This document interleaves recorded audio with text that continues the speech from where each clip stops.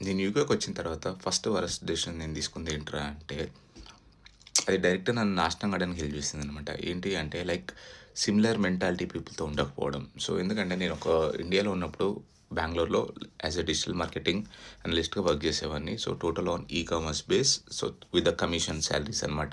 So, యావరేజ్‌గా నాకొచ్చేసి 1.5 per month వచ్చేది. లైక్ 1.5 లాక్స్ పర్ మంత్ వచ్చేది. సో, ఇక్కడికొచ్చిన తర్వాత ఏంటి అంటే డిజిటల్ మార్కెటింగ్ జాబ్స్ వెతకడానికి కొంచెం టైం పట్టింది. లైక్ ఎందుకంటే నువ్వు కామర్స్ సైడ్ వెళ్ళాలనుకున్నాను కాబట్టి. సో, ఆ టైంలో ఏమైపోయింది అంటే నా రూమ్‌మేట్స్ అంతా డెలివరీస్ చేయడము, హార్డ్ వర్క్స్ చేయడం ఇదంతా చేసేవాళ్ళనమాట. సో, సర్లే ఫస్ట్ అయితే మనకు మనీ ఇంపార్టెంట్ కదా! ఏదో ఒకటి ప్రొసీడ్ అవుదాం అని చెప్పేసి స్టార్ట్ చేశాను నేను కూడా డెలివరీ చేయడం. సో, తర్వాత హార్స్ జాబ్ చేయడం స్టార్ట్ చేశాను.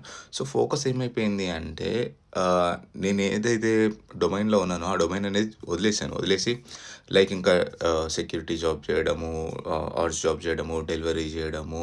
సో, రైట్ నౌ నేను సెక్యూరిటీ జాబ్ చేస్తున్నాను. సో, స్టిల్ నాకు ఫోకస్ అనేది చేంజ్ అవ్వట్లేదు ఇంకా వర్క్ చేయడానికి.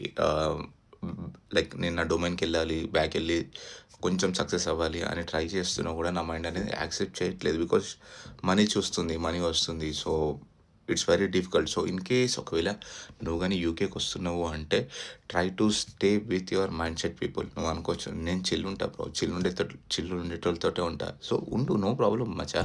కాకపోతే నీకేమైనా సక్సెస్ అవ్వాలి లైఫ్‌లో అలాంటి గోల్స్ ఉంటే నువ్వు చిల్ అనేది పక్కన పెట్టేసి, నీ మైండ్ సెట్ చదువుకునే మైండ్ సెట్ గానీ, మైండ్ సెట్ గానీ, థింక్ చేసే మైండ్ సెట్ గానీ, ఇసొంటోళ్ళతోటి ఉండడానికి ట్రై చెయి.